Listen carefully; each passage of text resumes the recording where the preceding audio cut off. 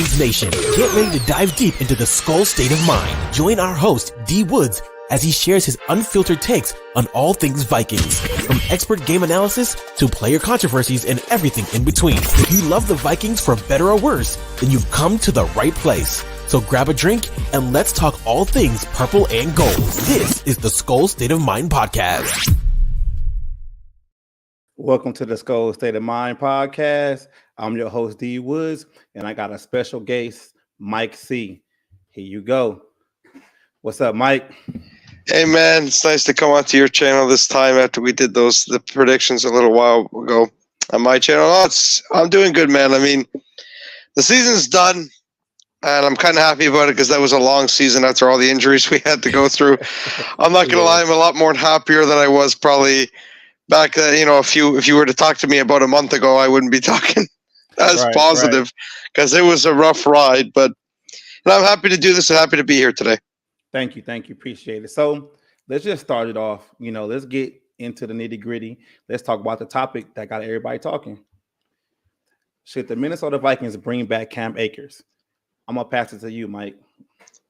No, I think they should. Now, if we're talking about him to be a starter, absolutely not. But I don't think that's ever been the discussion. And the main reason why I like the idea of bringing back Akers is he'll be cheap. He's an RFA, so he's got no leverage. It's not like he can test the market, really. So it's going to be a very, very cheap, manageable contract, probably a one-year prove-it deal type thing. And he'll compete for the RB2 job with Ty Chandler or rookie TBD or whatever. If they do indeed bring in a big-name free agent, then he would be fighting for the number 2 spot. Worst case scenario. And best case, he emerges and shocks you and becomes your starting running back by the end of the year or something like that because he has that high upside. He did win a Super Bowl championship with the Rams. I just think for the price point, it makes all the sense in the world. And we know Kwesi has his price range of what he wants to pay players. And if it matches that, he usually retains them. Yeah, I hear all that, but I'm just like, he's been injured multiple times to Achilles.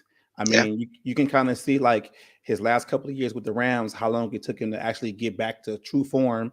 I mean, we saw him come into form with us. So I just feel like it would be a waste of money, regardless of how cheap the contract might be. I don't even know like what you're getting with an injured player like this. Like with the running back room, I was disappointed all season with our running back room. I mean, it could have been an offensive line that wasn't blocking a lot, but I put it on the running backs because I felt like we didn't really have that elusive every down back that, we're Vikings fans that we're used to seeing. So I just feel like Cam Akers, thank you for the season you gave us. Thank you for that one rushing touchdown that you gave us. Thank God.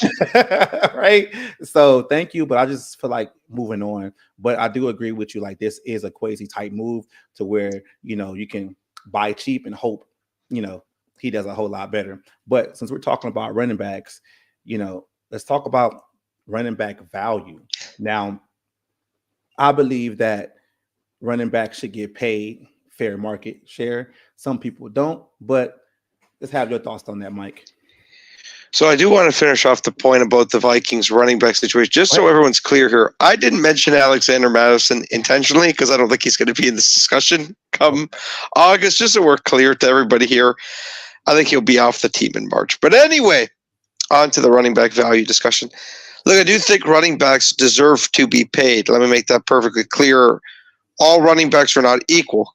Comparing Christian McCaffrey to Dalvin Cook right now or Tony Pollard with the Cowboys is pretty disrespectful to Christian McCaffrey. The star guys deserve to be paid, and Saquon will be paid accordingly when he hits free agency this March. For me to build a contender, I don't think it's a good idea. Now, can you win with a expensive running back in the right situation? Of course. And I mean, the Niners are a perfect example of it. He fit right in, Christian McCaffrey we're talking about, of course, and he meshed right into that locker room, and he absolutely. Yo, Mike, you went away for a second. You back? Am I good? Yeah. Okay, good. Good. Good to hear. I was worried my internet cut out. As I was saying on that, and he's debatably the best player on the Niners offense. So there's absolutely a time and a place to pay a running back. I just feel like for a team like ours, it's not a good idea. And if you look at the Chiefs with an expensive quarterback, Mahomes, they are doing the right thing, having a low round pick, 6th rounder, I believe Pacheco was, at running back as a starter for them. And we'll get into Kirk later, so I'll leave that topic till later on. But the Kirk topic, man. that's why I'm more into the idea of saving money at running back, just because there's more premium positions on a team like receiver, which the Vikings obviously have to pay Justin Jefferson this offseason. Left tackle, the extension for Darisaw is now in play. You can extend him this offseason. I doubt they will, but we'll see. I just feel like left tackle, quarterback, wide receiver, heck, even tight end are far more valuable at this era of football. And it's not to say running backs aren't valuable. I just feel their best value is if you can get them between the 3rd and 5th round of the draft. And that's really what can help construct a proper roster. But that's just my opinion on it. Okay. That's fair. I get that. But this is my thing. Okay. I feel like the media, podcasters, we all have this different, point of view when it comes to running back. And some guys think that you can just draft a guy in maybe 3rd, 4th, 5th round, 6th round, maybe, and just be a plug and play guy. I don't believe that. I really feel like to the point of the top running backs, they should be paid. Saquon, Jacobs, Taylor, even Derrick Henry at his old age, he doesn't look like he's slowing down too much.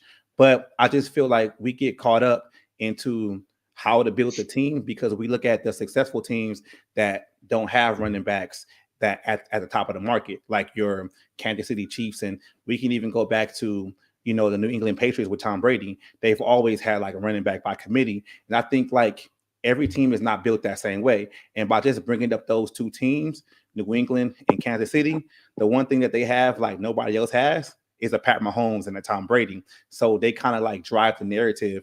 And when you have a team like Minnesota, I feel like, we need to get back to that type of smash mouth football. And I feel if we do, draft a quarterback in the 1st round or bring in somebody else or whatever, I kind of feel like the running game should be something that the quarterback can just fall on. Okay, it can help him out. He doesn't have to just pass too much. Because I look at the Vikings, they're not tough at all. They're kind of soft a little bit, and it's like when we have the lead, we can't keep it. And because we can't control the clock because we can't run. So like, I'm looking like maybe we need to go ahead and sign a, free agent running back. And you made a good point by saying that, the top back should get paid. That's true. I think the running back position should be looked at the tight end position, because if you name the top 3 tight ends, it's going to take you a long time to name the other tight ends, because there's only a couple of tight ends that are actually great. TJ Hockenson, Laporta's on a rookie deal, Kelsey, and who else? It's debatable with Ingram or stuff like that. So I think like those running backs should get paid at the top of the market, and then everybody else, could just fall in. But that's just how I see it, because I feel like we can't just keep throwing, these picks at it and see what happens. I get that. I do want to give a shout out to Mark Andrews, since we were talking about top tier tight ends. He's definitely in that discussion, probably number 2 or 3. Right. Absolutely. My thing is, maybe this is a little bit of bias, but as a Vikings fan, we've experienced 2 of the better running backs in the NFL's, this recent era of NFL football. Right. One in Adrian Peterson, who's, back there, but one of the best running backs to ever do it, which didn't have playoff success throughout his tenure until we had a franchise quarterback in Brett Favre for 1 year. And then the rest of his tenure in Minnesota was really meaningless when it came to winning. And Dalvin Cook, the guy who was a perennial top 10 running back throughout his tenure in Minnesota, again, because we actually went to the title game in 2017 without him. The year he hurt. So I mean, I get that. And that's why I view running backs the way I do. And it's not to say that they're not important, because that's beyond ridiculous. Right. We know that running backs are important. I'm also a big opponent of how important fullbacks are. I love the old-fashioned smash mouth football when it need be. I just feel there's a reason why it is being phased out to an extent, because we've seen it in this recent era of NFL football where teams that don't pay running backs have been winning the Super Bowl quite frequently. And again, not to say that there can't be outliers, because Joe Mixon went to a Super Bowl, just didn't win it. Had they won it, he would have changed the narrative right there. And McCaffrey could do it this season, right? And if that happens, then we're talking differently about the running back position. Mind you, I think Christian McCaffrey is a legitimate unicorn. He can pass catch, he can pass block, and he's a machine in between the tackles. If you were building a running back in a lab, you would create Christian McCaffrey. He is that much of a freak. He's such an outlier, but I absolutely agree with you there. Running backs are important. It's just, for me, it's about the time and the place. I'm not against paying them. It just depends where the roster construction is at. So if you don't mind paying them, so let's just say, hypothetically speaking, the Vikings go out there and they somehow get a quarterback in the draft. Would you be okay with someone like a Saquon or Derrick Henry or Jacobs coming in on a 2-year deal just to help out that rookie quarterback, considering he's on his rookie deal? Yeah, I didn't mean to cut you off. I apologize. No, you're good. 2-year deal, I'd be on board with, because I look at this Vikings team that we currently are, era that we're in. We're kind of in a no man's land where things could go our way, but it's going to be tough. We're going to need a lot of pieces to fit into the right hole, and you hope you hit it perfectly. You almost need to create the puzzle to a T, or you're screwed type of thing. I'm not against it, and I love Saquon Barkley. The Giants are absolutely stupid that they didn't just franchise tag Daniel Jones a year ago, and they wouldn't be in this situation. The fact that they chose to franchise tag, debatably, no, probably their best player on offense, was beyond dumb when you had a quarterback who had one decent season and you paid him top 12 quarterback money. Just unbelievable. And it probably will ultimately be the reason why Saquon leaves, because I doubt they're going to franchise tag him again, because that's going to be very expensive. If Kwesi can get in there and get Saquon on a 2-year deal, I'd love it. But for me, nothing past a 2-year deal. And that's where the difficult conversations start, because there's a reason why the running backs literally created a WhatsApp group last offseason, because they're worried. They're worried they're not going to get paid, and I don't blame them. If I'm Austin Eckler, I am panicking right now. I had an awful season for my standards. I'm heading into free agency with one of the worst seasons of my career. Some team's probably going to lowball me, and I'm probably not going to have much of a market due to it. It is unfair. Let me make that perfectly clear. I feel horrible for running backs. They're in the worst era of all time for getting paid. And funny enough, when the NFL salary cap is the highest it's ever been, it stinks. But it's a sticky situation for these guys. Try to learn to catch. I said this quite a few months ago in one of the videos I was doing for with Jamie and Casey, guys who do their own podcast on YouTube, GG Sports, where we talked about running backs, and I said, you probably got to learn to pass catch now. If you can't learn to be a 400, 500 yard receiver out of the backfield, your value is diminished now in this era. It's just the way it is. Yeah, that is true. And you talk about Eckler, I think the Taylor contract really didn't help either, because he got hurt again. I was really banking on him to, like, okay, he got some money. Hopefully he has a good season, over 1,000 yards, maybe lead the league in rushing touchdowns. And it was just like, he's gone. But I do think one thing that does help the running backs, though, is the Detroit Lions.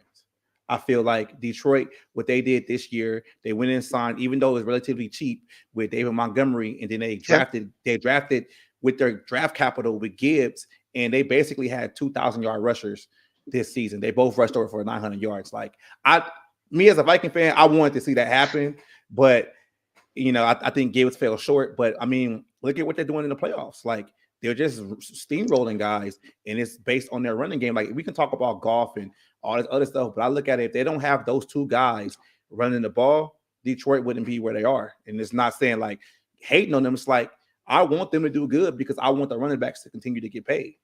No, I agree. And that's exactly where my entire stance lies, is there's a time and a place for it. The Lions have a fantastic offensive line, and they're maulers. Frank Ragnow is a fantastic arm. They have Penei Sewell. They have Taylor Decker. They're a mauling, smash-mouth offensive line. I wish the Vikings offensive line would block like that. I really do. Mind you, we got a little bit more of it this season with Reisner. Not so much of the run game, but in general. But, no, like I said, running backs absolutely have value. The Vikings were a great example of it. I think all of us, by the end of the year, they no longer wanted to see Alexander Madison touch the football, quite frankly. No, I didn't. and Ty Chandler, no disrespect to him, he gave us a glimpse of burst, and we celebrate him for that because how bad Madison was. And it goes to show you there is value to a good running back. Right. And because we took it for granted for so long with Delvin Cook, and though I'm not his biggest fan, you know that we've spoken a good amount of times. But you take it for granted over time, where we went from Peterson to Cook. Going from Cook to Madison was pretty bad. Let's just put it that way. And there's absolutely a time and a place. It's just about where you're at as an offensive line and where you are as a team. I just worry for teams like Minnesota, it's just not a good idea. Now, we'll see what they do. And by the way, if they do sign a Saquon Barkley, a Josh Jacobs, or a Tony Pollard to free agency, I'll be more than happy to see it. It's going to be interesting to see what Kwesi does this offseason. I just feel like it'd be so crazy to go for DeAndre Swift for cheap and Cam Akers, and then we have Akers, Ty Chandler, and Swift as our running backs. I could really see something like that happening, but we'll see. Skeleton crew at that. Like, I think if you go out there and you sign like a star caliber running back, it makes everybody else on that roster better. Because even though Madison struggled, I feel Kwesi made a mistake. He could have gave Madison a little less money or whatever just to have him as a backup. And I think Madison is great in that backup role. And you said Tony Pollard. I think Tony Pollard is great in the backup role. Like, he barely got over 1,000 yards this year. So I kind of feel like maybe Kwesi can fix his mistake by actually bringing in the guy, and then won't be able to see, Alexander Madison, so much next season, or Ty Chandler next season, because I'm not really high on Chandler. I'm not at all. I think he's shifty, he's fast, he's elusive, but he lacks certain things that I like in a running back. Like, pass blocking for one. Yes, don't get my quarterback killed. Like that's a big thing for me. So maybe Kwesi can right his wrong. But let's move on real quick. Mike, what are your top 3 priorities? No order, just top 3 priorities. Sure. You think the Vikings should do this offseason? Okay. So this is a good question. I'm gonna go, this is no particular order. I might as well just start it off with the most obvious thing. For the love of God, please extend Justin Jefferson. I don't think anybody wants this to go out of this offseason. Heck, let's be honest. I think we all want it done before the draft in April, if we're being perfectly honest. Get it done, Kwesi. Figure that out. Make him the highest paid receiver. Probably highest paid non-quarterback in the entire NFL. It's just going to be what it is. You've got to pay him. Priority number 2, I don't care if this is a hot take to some people, draft a quarterback in the first round in the top 10. Figure it out. And I'm not high on Jane Daniels. You know this. We're going to get there. I want them to do something crazy. I want Drake May or Caleb Williams. That's what I want. I am sick and tired of this franchise accepting being mediocre, accepting always, it could be good enough. Now, I want to be great. I want the guy. I want to look at the Vikings making this move and say this saved the Vikings franchise and set them forward for a championship standard, right, Kwesi? Hey, Kevin, for the next 15 years. If you're going to practice what you preach, if you're going to tell me championship standard, well, I'm going to hold you to that, and I'm going to want an elite quarterback. No respect to Jane Daniels, I don't think he's going to be a plug-and-play elite quarterback. He may end up being good. I don't know. But if we're going to move off of Kirk, the only way I'm doing it is for Drake May or Caleb Williams. Straight up for me. And to bring me to that point, priority number 3, if they do not trade up to the top 2, bring back Kirk Cousins. That's just where I stand on it. Now, if they do get into the top 2, this is the key. If they do, bringing back Danielle Hunter. Because you can't bring back both. Yeah. One of Kirk or Hunter will be gone. If they could trade into the top 2 and get one of those elite franchise-altering quarterbacks, then re-sign Hunter, excuse me. If you can't, bring back Cousins. And I hate to say it, then Hunter would have to go out the door, and you trust Flores to build this defense in year 2. And let's be honest, I think we can all trust him pretty well after the year he managed that defense that was beyond terrible just a year ago. True. So my top is kind of a mirror of yours. So I say top priority, Justin Jefferson. Stop the nonsense. Give him his money. We already know what Bosa's getting paid. Up that. So start there. Like it's really shouldn't be too much negotiation right now. Is it guaranteed money? Is it years or whatever? Like who cares at this point? I mean, he puts asses in the seats. Justin Jefferson, like straight up, like I'm with it. Like keep him. My next one will be re-signing Kirk Cousins. And why I say re-signing Kirk Cousins, it would be, I just feel like you just need to re-sign him for maybe like a year, 2-year deal. Nothing too big. Just to kind of solidify the thing. And third priority, go get a quarterback in the draft by any means necessary. Like, I hear people out there saying, well, if you re-sign Kirk Cousins, why would you need a quarterback? You still going to need a quarterback anywhere it goes. If you look at the Green Bay Packers, right? We always talk about the Green Bay Packers and, oh my God, they hit on multiple quarterbacks. The reason why I feel Green Bay Packers hit on multiple quarterbacks because they don't care about the narrative. They don't care about paying someone and having somebody sit. If you look at it, Brett Favre did his thing.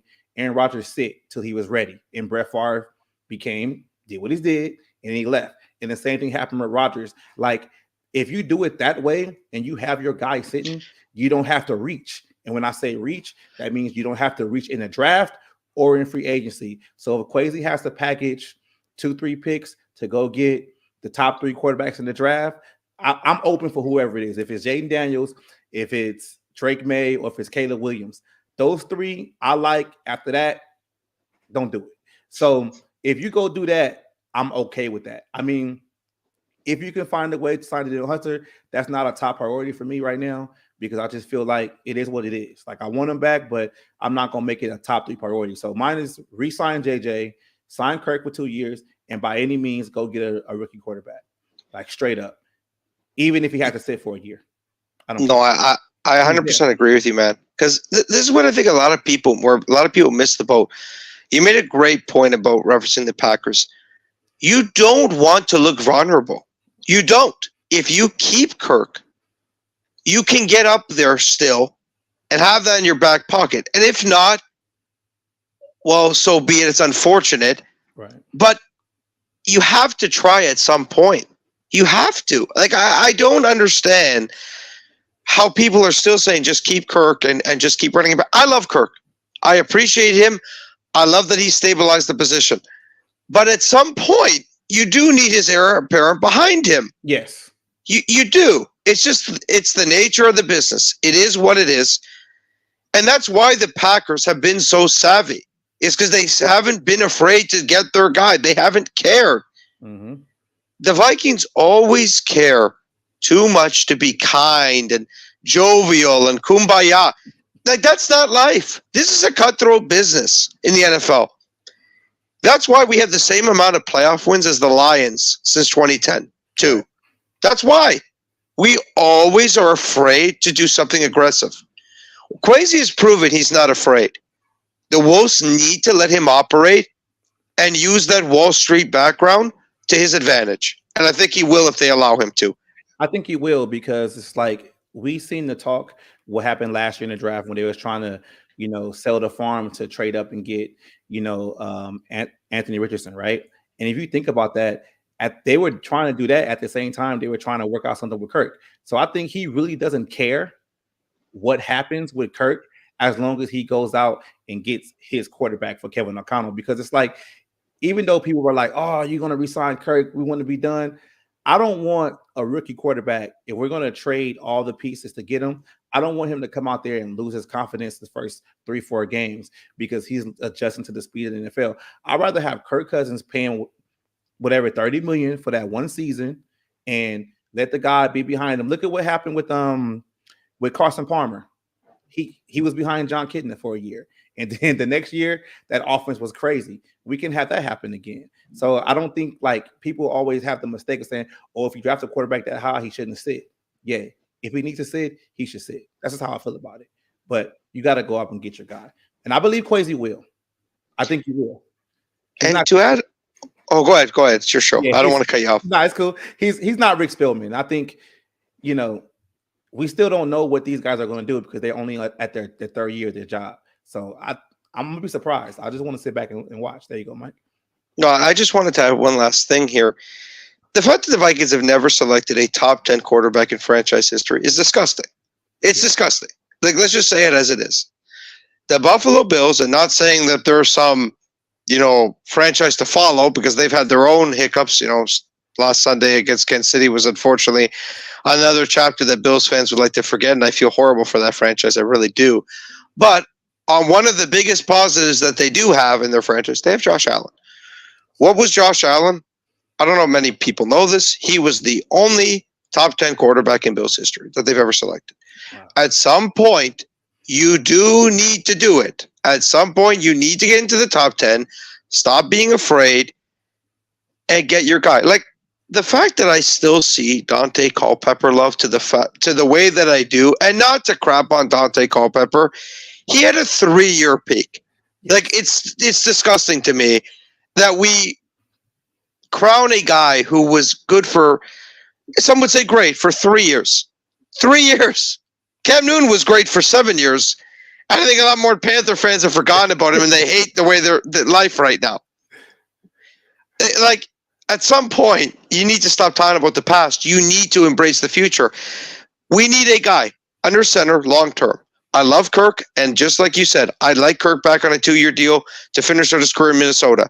But you do need to prioritize getting your guy long term. You just have to. You have to. So let's go. We already on that subject. Kirk, no Kirk. I think everybody knows how we stand with Kirk. I want him back on a 2-year deal. I'm not even going to go and say, oh, it has to be a team-friendly deal because I don't really care about that. I just want the position solidified for the next guy to come in. And so who is your top quarterback in the draft? I went back and forth on this. I think for me, it is Drake May. And the reason I say that is that I do worry about the character concerns with Caleb Williams. He's got a bit of an attitude. Apparently there was rumors that he wanted NFL ownership stake. If that's true, man, that's a bit much for a guy who's never played an NFL game. I don't care how talented you are out of college. That's ridiculous. Like, Tom Brady is just getting ownership stake now with the Raiders, and he had to pay for it. He wasn't handed not 1% of New England's franchise, and he's the greatest quarterback to ever play.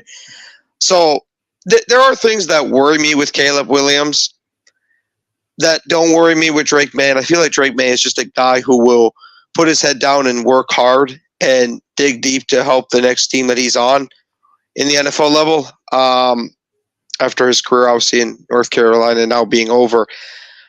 But I'd be happy with May or Williams. I know that's a bit of a cop-out, but if I had to pick one, forcing me, Mike, you can only get one. It's Drake May for me. Okay.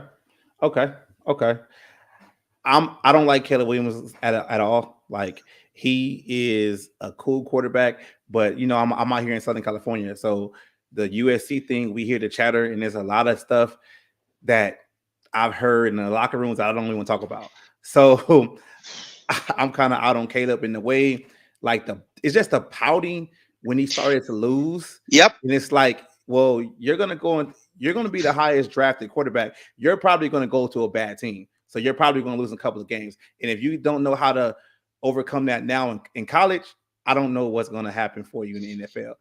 Drake May, I haven't really watched a lot of tape on Drake May. I mean, I'm just taking your word for it if he's great or not.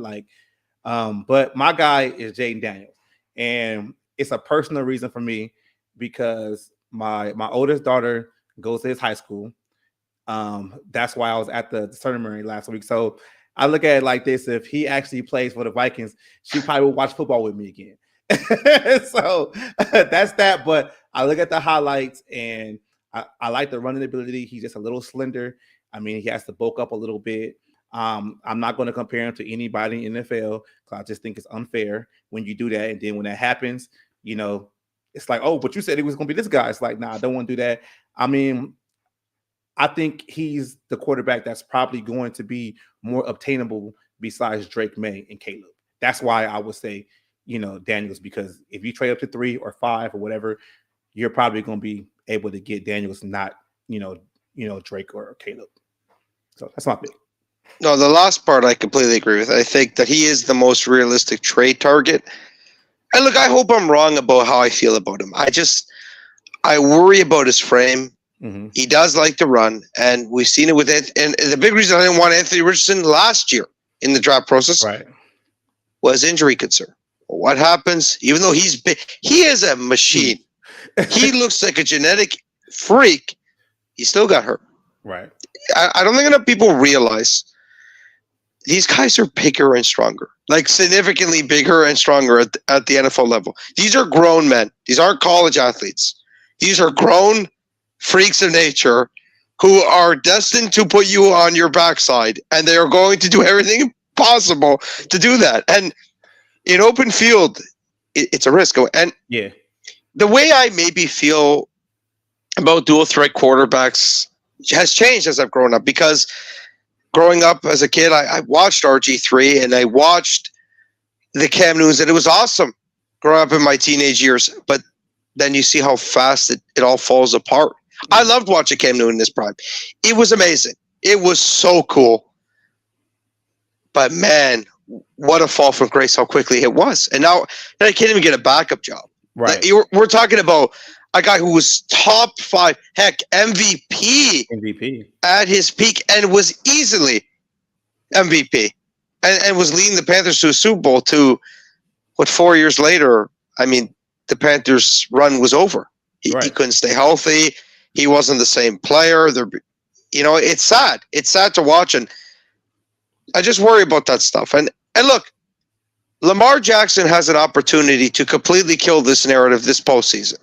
With dual threat quarterbacks. But even himself, in the past, he's had injury concerns too. Let's not forget that. He's been injured a good amount. And I think Lamar Jackson is probably the best dual threat quarterback of this generation, in my personal opinion. Some people say Patrick Mahomes is a dual threat. Sorry, I'm not buying into that. Yeah, okay, he can move around. There's a big difference of the two. That's just my personal opinion. Just like Rodgers was a mobile scrambler, there's a big difference of a scrambler and a dual threat quarterback. Yes. But I just feel like the injury risk is why I don't want Jayden Daniels. I think he has potential to be awesome. The last thing I want is this is a guy we trade up for, and then I'm just like this in 3 years. Right. That's the last thing I want. And by the way, I feel bad for him. I felt bad for Anthony Richardson when it happened. He got drilled by the Rams and ended his season. It's unfortunate. You hate to see these injuries. You really do. And I don't want to be up in arms every single time if Jayden Daniels becomes a Viking, is running outside the pocket. Oh my God, please just slide. And then I just don't want him to get popped by a linebacker. That's my big thing. That's true. I mean, I believe like when quarterbacks too, like the running ability should be an added advantage on top of the way you throw the ball down the field. Like we all know, like we love seeing Michael Vick run around, do his thing. But as soon as they got, Matty Ice, that whole offense changed. Like there were guys on the team that didn't really get 1,000 yards passing. I mean, receiving when Michael Vick was there. So I kind of feel like as a quarterback, you have to incorporate everybody in your offense. And, with Lamar Jackson, this is probably his first season in the past 2, since the last time he won MVP. Because I'm saying he's going to win MVP this year. He's going to be, yeah. Like, he's been healthy. And this is what happens when he's healthy. He's an MVP caliber type quarterback. But just like you said, though, that can end on one series, end on one play, end in a couple of seconds. And that's scary for me, too. And then, what happens? We throwing Nick Mullins back out there again. Oh God Almighty! Please no. Like I don't want to. Don't get me started on Nick Mullins or Jaron Hall. I don't want to experience. That was some nightmare stuff. I mean, it made me feel like I was on October 31st, like Halloween. It was a nightmare. I was so scared watching those two play, snap in, snap out. And again, that's where I stand on it. It's the injury concern. That's all it is. It could be awesome. It could be, but it's a big if. And again, injuries happen. I mean, look at Joe Burrow, right? He's a pocket passer, but his O-line has gotten him, I hate to say this, slaughtered the first 3 years of his career. He's had 2 season-ending injuries due to it. So it can happen to anyone. I'm well aware of that. But I look at Kirk, and I appreciate having a guy stable as much as he has been. Again, the torn Achilles this year was such a fluky play. And I think that's why it broke our hearts the way it did. We were just, rising in the season, and it just comes all crashing down. Because, of course, it does. I mean, it's a Viking season. There always has to be pain somewhere by the end. But that's where I stand on it. If you can promise me Jane Daniels is going to have a 10-year career, great. Okay. We don't have that crystal ball. It doesn't exist. Yeah, we don't. So, on a side note with the quarterbacks, do you believe or have any faith in this coaching staff actually developing a rookie quarterback? It's a good question. I'm not going to lie to you. What about that right now? Like, if you asked me this a year ago, I'd say, yeah. Now, not as much as I would have last year. And I'll give my reasoning why. There's been 3 quarterbacks that Kevin has brought in, not named Kirk Cousins in his tenure. Let's start with number 1. Nick Mullins brought in August of 2023. Or 2022, excuse me. 2022. Ultimately, from the Raiders, he had over a year in the system. And he made some borderline journeyman, mistakes. And again, I get he's a journeyman. Right. But again, that's under Kevin's eye. And Kevin could say, well, why are you doing that? The game plan's got to be better. Nick Mullins is going to make those mistakes. He's going to take chances if you give him too many opportunities. That was strike 1 for me. So then let's go over to, obviously, last April, Jaren Hall. Everyone celebrated. I didn't. You know this. Yeah, you was more as much as anybody. I was in. You've been in those spaces. I said to everyone, stop.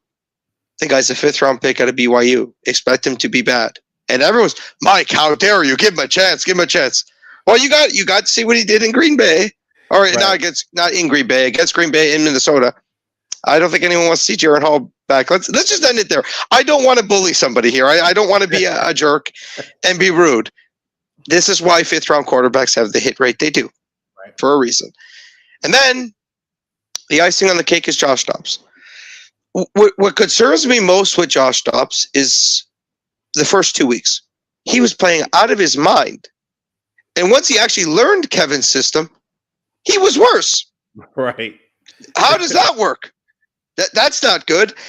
And the reason I think that happened was Kevin didn't let him be Josh Dobbs. If you bring in Josh Dobbs, you need to run RPOs. They didn't do it. They just didn't do it. The one play they did run was a pitch play to Josh Dobbs in Denver that nearly got him completely decapitated. Like literally, I don't know what the logic there was. It was never going to end well on a pitch play. He's not a running back. He doesn't know how to take hits like that. My God, it was asking for trouble. Somehow he didn't get hurt. I don't know how he stayed healthy through that process. God bless him for that. The Josh Dobbs situation really worries me because, not to compare the two, Josh Dobbs is not a first-round talent. That's why he's been a journeyman. But the idea that he was succeeding the first 2 weeks when he didn't know the system, and then once he picked up KOC's playbook, he played worse. That worries me. It makes me feel KOC doesn't play to his strengths of his players. And that's why I don't want Jane Daniels. Because if you do draft Jane Daniels, you have to let him run. To some extent, you have to. If you say you're going to sit there in the pocket, buddy, and throw the ball 35 times, he's going to play worse. Straight up. And that is not an indictment on him. That's his playing style. He's an athletic quarterback, and he will make plays with his feet. He will make plays scrambling outside and throwing a bomb down the field. If you take that away, you're only hurting yourself. That's what I'm worried about. And that's why I want Drake May, because I feel like Drake May makes the most sense because he could pick up the playbook. He's basically a standard pocket passer, and he has the best chance. Because we've seen under KOC, when he has a really good pocket passer, the offense works really well. But when he didn't, it didn't work so well. That is true. Like, I don't necessarily fault him so much for Dobbs. Like, I give him way more criticism for Jaren Hall and Nick Mullins because, just like you said, Mullins had 2 off seasons. Jaren Yeah. Hall was a rookie coming in with 1 off season. So I kind of felt like when you went away from Dobbs, the incumbents of this team shouldn't have been playing a whole lot better, and they were just as bad. So I kind of question this whole offensive scheme because I don't know if I know he wants to be the next Sean McVay or the next Shanahan or something like that, but you have to play to the strength of your team. And just like you said, when you have a running quarterback that's a dual threat out there, you have to let him be him. And when you try to just put him in this box and not allow him to do what he does best, that's kind of on you, KLC. So that's why I had to ask, because it's like, if we talk about all these quarterbacks, and all these quarterbacks are different, and it's like, do we really trust KLC to do something with this? I have a different idea. I think that this offensive coaching staff might be different next year, because I feel like Kwesi, like, I'm big on Kwesi. I feel like Kwesi is the type of person to sit Kevin O'Connell down and say, hey, a lot of our cap is going towards this offense. This offense needs to be top 10 in this, needs to be doing this, it needs to be doing that. And if you have any problems with play calling or whatever, let's bring in another guy, not as a consultant, like bring in a true offensive coordinator. Because if you look at Wes, I'm not dogging on Wes, but he's KOC's puppet. You get what I'm saying? Like he's doing everything KOC does. And I kind of feel like, look at the way this team shuts down with the penalties, the times outs, like all these different scenarios, situational football, basically. I just feel like Kwesi will look at it like, we're going to play JJ a max contract. We're probably going to re-sign Kirk. We're going to trade draft assets to probably get a new quarterback. And Darisaw's money's coming up in maybe 2 seasons. You need to get this offense together, because I'm giving you the weapons and you're not producing. And it's just like in the corporate world, like before you actually fire somebody, you want to give them every opportunity to succeed. And I feel like with Kwesi, he might say, hey, even though Wes is your guy, you need to bring in somebody else to help you run this offense, because the capital that's going towards this offense is not where it needs to be. That's just my side note on it. But since we talk about coordinators, Brian Flores' scheme. How do you feel about Brian Flores' scheme going forward? And on the side question is, like, are you surprised that he hasn't had any head coaching interviews this offseason? Okay, I'll start with the last question. No, I'm not. And I've been on record saying this. He's literally suing the NFL. Right. Literally suing the NFL. I'm not surprised. I think people forget, before he became the defensive coordinator of the Vikings, he was the linebackers coach in Pittsburgh. This was a step up for him. This was a promotion from where he was at. Now, you could say disagree that it's deserved, and I'm on the side that it's not deserved, and that I'm happy he's suing the NFL, because there's a lot of shady stuff that goes on behind the scenes that I can't stand from the NFL that does not happen, quite frankly, in other leagues. Just the way it is. Flores is a very good coach. We saw it. And now let's touch on his scheme. I love that he rotates the 3-4 and the 4-3, and that he will game plan for the offense that he's going against. He had a fantastic season. Let's just say it as it is. He had a fantastic season. Josh Metellus emerged and had the best season of his career by far. Cameron Bynum, let's say it straight, was an all-pro this year for play. Aside from the last few weeks, he was legitimately a top 5 safety across football. He was that good. Yes. Picked up Brock Purdy twice. And that's not a slight on Brock Purdy. Cameron Bynum is just that good of a safety now, at least from this season. Ivan Pace. We have to talk about Ivan Pace if we're going to credit Brian Flores. This man was an undrafted free agent. And if he is not a finalist for Defensive Rookie of the Year, that is an absolute borderline joke. He should absolutely be a finalist. And not only should he be a finalist, he should get votes for Defensive Rookie of the Year. He should. what he did across the board in coverage, interceptions, or an interception on Aiden O'Connell, some sacks in there too. He is an absolute freak at times as a blitzer.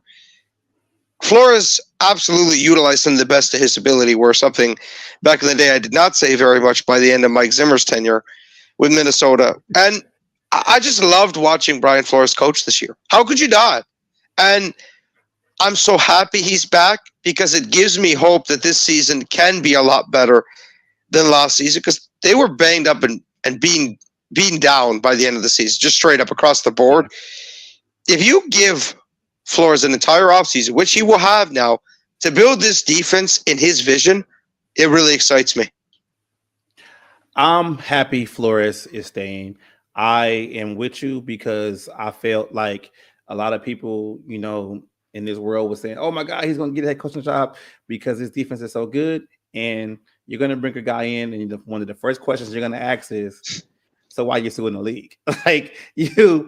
It doesn't go well. Even though the last 4 weeks of the season, the defense kind of took a step back. I just felt like they did that because, sometimes you get figured out. But I think Flores is a smart enough, defensive mind to kind of figure out, okay, we can switch this, we can change this. And just like you said, giving him another draft, which is another offseason, another free agency, maybe he can bring in some guys that can kind of solidify those holes of, what happened in the Cincinnati game and the Packer game going forward. I believe in him that he can do it. And it's just on this coaching staff, I think that's good for Kevin O'Connell to have a guy like Flores on the coaching staff that's been there. When I'm saying been there, look at the tenure with the New England Patriots, their Super Bowls, going deep in the playoffs. It's and the Patriots are big on, they were big on situational football with Bill Belichick. So I kind of feel like you have to have certain guys on your staff that has that hard-nosed mentality. And I think Flores brings it. Will he stay here for the next 2-3 years? We don't know. But as of right now, I feel he's going to stay. This defense should be a lot better. And I don't think they're going to be as blitz heavy or as scheming next year, because he's going to have more time to bring in more players that can just say, hey, this is what you're going to do. And they don't have to scheme as much. So I'm open, sign him up. And if Flores, doesn't get the head coaching job, if Kevin O'Connell messes up next season, I'm okay with that too. That's a great point that you put on at the end there about the blitzing. There's no doubt that he had to blitz that much, just lack of talent. Let's just say it as it is. I know everyone wants to credit DJ Wanham. Let's say it as it is. Okay, I'm not trying to be mean here. We're being honest here. He was not very good throughout his career in Minnesota. Let's be honest. Flores got the most out of him and put him in situations to succeed. Let's not act as if DJ Wanham is a legitimate number 2 edge on most teams. He's just not. Let's just say it as it is. He's a role player, straight up. That's what he is. There's nothing wrong with that. And there is nothing wrong with that. And I think he's another player because he got injured that might be back for a bag of peanuts. And we'll see about that. But like you said, Flores is going to build this defense in his vision, and it's going to help him limit the amount of times he blitzes, which will ultimately help this team. Another guy I forgot to shout out, and I will shout out, Mekhi Blackmon. Yes. Debatably one of the best rookie cornerback seasons we've seen since probably Xavier Rhodes. Yeah. Straight up. He was that good. I'm really excited to see what year 2 of this defense really can be, because he's going to get free agents and draft picks in his vision, and that really excites me. Yeah, and the thing about his vision too, I just feel, I know this is a touchy topic, Lewis Cine, Andrew Booth. All right. This is my thing with Lewis and Andrew Booth. They weren't drafted for this scheme. Let's just say that. They were drafted for a Donatel scheme. I don't even know Donatel knew what he was doing, so because that's why he got not by the end, no. Right? No. So I want to see, especially Lewis Cine, I'm still high on him. I think Booth is a nutcase. I'm just being honest. I think he's a good player, but I think the fights and the throwing the ball at the team in scrimmage, that kind of stuff is kind of crazy. But I think maybe if Harrison Smith decides to retire or go somewhere else. I want to see Lewis Cine. And if I don't see Lewis Cine this season, then I know for a fact that, he was a bust. But keep it moving here. But just talk about a few coaching carousels. Like I know you probably heard about Jim Harbaugh coming to the Chargers. I mean, we kind of saw that a couple of weeks ago. I mean, but what's going on with Bill Belichick is I'm hearing like they don't want to hire him. Some of the people, in the front office don't want Belichick. And I feel like, hey, maybe Belichick shouldn't be looking for a head coaching job. He should look for a GM job. Like maybe it's a disconnect between like a 72-year-old man versus coming in with these rookies, stuff like that. But it's still a couple of coaching vacancies. Vic Fangio is actually leaving, the Dolphins to go to the Eagles. Probably Philly. Yeah, to go to the Eagles, which is kind of weird to me because it's a lateral move. But I think he kind of knows that if Sirianni kind of screws this up again, I have a better shot at getting that job. Because you don't leave a DC, become a DC somewhere else. You want to move up somewhere. And the Raiders, they hired Antonio Pierce, which is a joke to me. Like my dad's a big Raider fan, and I just told him like he might be good for the job, but he's not good for the job right now. And I don't like when coaches get jobs too early and they're not ready, and the expectations they can't meet it. Like I would have went somewhere else. Like Antonio Pierce, I don't get that higher. That's an interesting take because first off, let me say one thing about the Raiders that they did was pretty stupid. They brought in Tom Telesco as their GM. Why? Why do you keep? You have to do something stupid, don't you, Vegas? I feel bad for Raiders fans. It's just like Mark Davis has no clue what he's doing. The Chargers literally fired Telesco because of that beatdown that your Raiders put on them that got Brandon Stanley and their GM fired. Yet you bring him in to be your GM. And some would say, well, he's had some good draft picks, Derwin James, Mike Williams, Keenan Allen. Okay, fine. Okay. But, man, they never lived up to expectations. He hired Brandon Stanley, so what's that tell you about Tom Telesco? Let's just put it that way. Wouldn't be what I would do. And what's weird about it is I almost feel like Antonio Pierce is going to be the big brother in that relationship because he got hired first. Right. Isn't the GM supposed to hire the coach? True. And I like Antonio Pierce. I actually think they got it right, personally. They did the same thing with, I'm going to forget his name, Rich Bisaccia a couple years ago, where they screwed him over, and they went and got the big name of Josh Davis, which I was completely against. I don't know how on earth. I'll never know how he got a second head coaching job. For the love of God, the man traded Brandon Marshall and Jay Cutler. Was it third? I said it was second. If you count the Colts tenure, technically. Yeah. But technically he did get that job, right? But he backed out. Almost like he knows he couldn't be a head coach anyway. But that was a crazy situation. I forgot about that. Yeah. But I think they got it right with Antonio Pierce. I love the way he handled that situation. McDaniels lets a complete dumpster fire in that locker room. Now, I will say the precedent of smoking cigars after regular season wins might need to stop. That was a bit much. Now, I get the situation was different. You weren't going to the playoffs. You wanted to have a fun atmosphere, but that better change. Because if they're smoking cigars in the locker room after a 1-0 start, I'm not so sure about that. Let's just put it that way. That's a bit much. I mean, you didn't win anything. But if that changes, I think Antonio Pierce is a really good players coach, and they get behind him. And I think it can work. And I believe in him to be a coach for Vegas that will succeed. The main problem I have with Vegas, their quarterback. If you think you're going to roll into next season with Aiden O'Connell, I hate to break it to you, Raiders fans. You're not in for a good season. Let's just put it that way. I do want to touch on Jim Harbaugh before we finish this topic. Yeah. My guy, the guy I wanted to be Vikings head coach 2 years ago, and a lot of people said, Mike, forget it. And that's fine. You have to move on, right? Can't cry over spilled milk, as they say. And I don't disagree with that. But it's going to bother me. And let me say this first. It's going to bother me when Jim Harbaugh brings Justin Herbert his first meaningful success. And I'll be happy for Justin Herbert. He's finally going to have success at the NFL level because, man, he deserves it. He absolutely deserves it. I mean, he's torn up all these records, first 3 years, passing yards, touchdowns. He's a machine.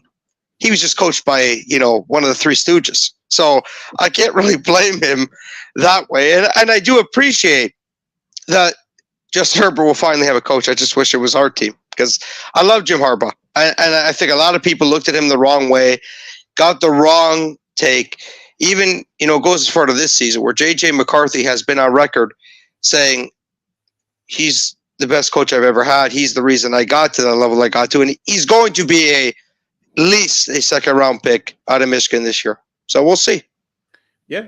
I mean, the Harbaugh pickup, I think, is big for them. I mean, they already have their quarterback in place. They don't have to worry about contracts with the quarterback because he's already under contract for the next couple of years. Like Harbaugh going to – I'm in LA, so we still call them San Diego because we don't want to associate with them with Los Angeles. So for him going to San Diego, it's like it's a good pickup for them. And I feel like maybe next season, I'm not going to call it a down year. I just feel like he's going to build something because he's a great coach and he's going to hold guys accountable. And that team is going to be somewhat successful. I mean, for a Chargers to be successful is a lot because the Chargers 11-6 is a massive season for them.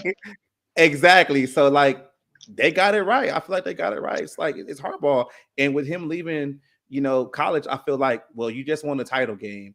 You got all these things going on with this and this and that. Like the best thing for you to do is, go to the next level. I would have wished he would have went to a NFC team because maybe he can go against his brother in the Super Bowl. Would have been cool again, but it is what it is. But since we talk about those teams, let's close it out. Who are your picks for these 4 games? Well, these 2 games, basically. I don't know if you've seen the logo controversy where the 2 teams matched the logo the last 2 years and could have a chance to do it 3 straight years. I want to refuse all my being that's not real because I love the NFL so much. I do not want to believe we're actually doing this. So I have put myself in the mindset that I will not make it purple versus red. Okay. I'm going to go Chiefs versus Niners, a rematch of that Super Bowl many, many years ago. And man, what a storyline that is. Kyle Shanahan goes against Andy Reid again, but this time without Jimmy Gross Garoppolo, he gets to use Brock Purdy under center. And I don't care what anyone says. Brock Purdy's a really good quarterback. I don't care. I spare me with the Mr. Irrelevant crap. No, please, for love of God. It's all it is crap. It's the same thing that people did for Tom Brady many, many years ago. Yeah. He's got to earn it. He was a 6-round pick. Please spare me with that stuff. I think the Niners are going to take down the Lions, and I think the Chiefs are going to take down the Ravens because I cannot live in a world where the NFL is literally calling us bumbling buffoons in front of our eyes to say, if you don't see what we're doing here, it's on you. I can't live in that world. I used to watch professional wrestling growing up. I've gotten away from that.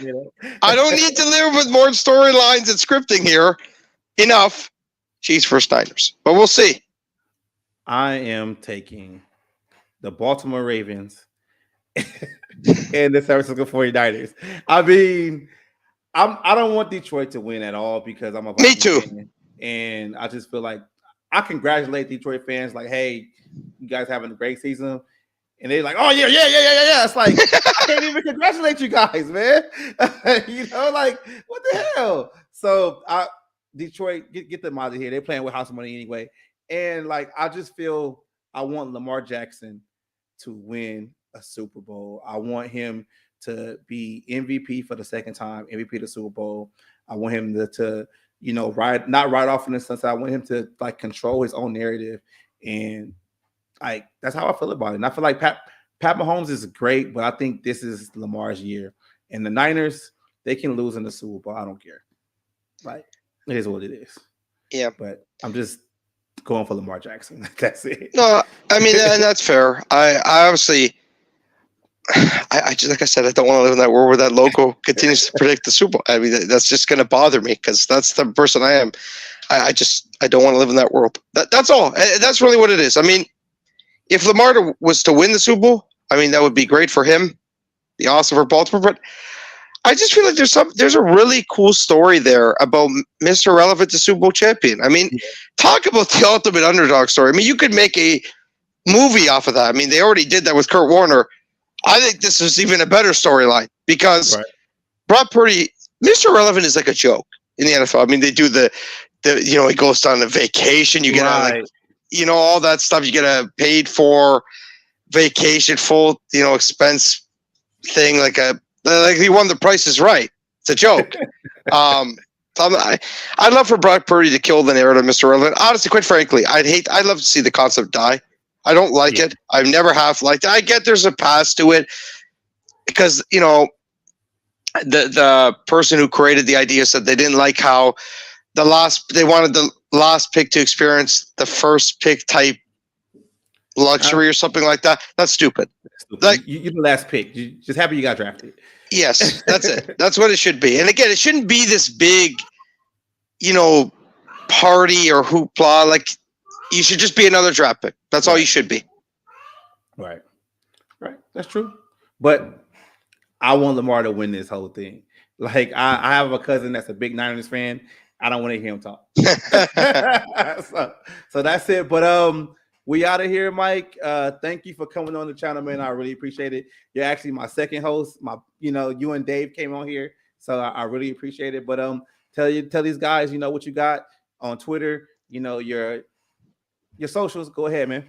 Sure. So follow me on Twitter. I refuse to call it the other thing that it goes by these days. At Mike Castellino. You might not agree with all my takes, but at least I run polls during the season, spaces. I'll give you a good time if you give me a chance. I know I don't have the most, purple Kool-Aid takes, but that's life. I try to be a realistic Vikings fan and not just, be purple positivity all day long. Right. And if I'll, subscribe to my YouTube channel, MikedUp Podcast, I'd really appreciate that. We're currently on the road to 200 subscribers, currently at 168 subscribers. So every single subscriber would be appreciated. But yeah, that's all I got for today. I appreciate you bringing me on, man. And one thing, if you guys go follow Mike, he will talk back to you guys. I was new to the whole Twitter situation. We started the back and forth, and now we here. But that's what's needed because sometimes there's too much positivity. It's too much of everybody going on what the media says. And guys like Mike are always willing to tell the truth, and that's what we need. But we out of here. Skol Vikings. Skol.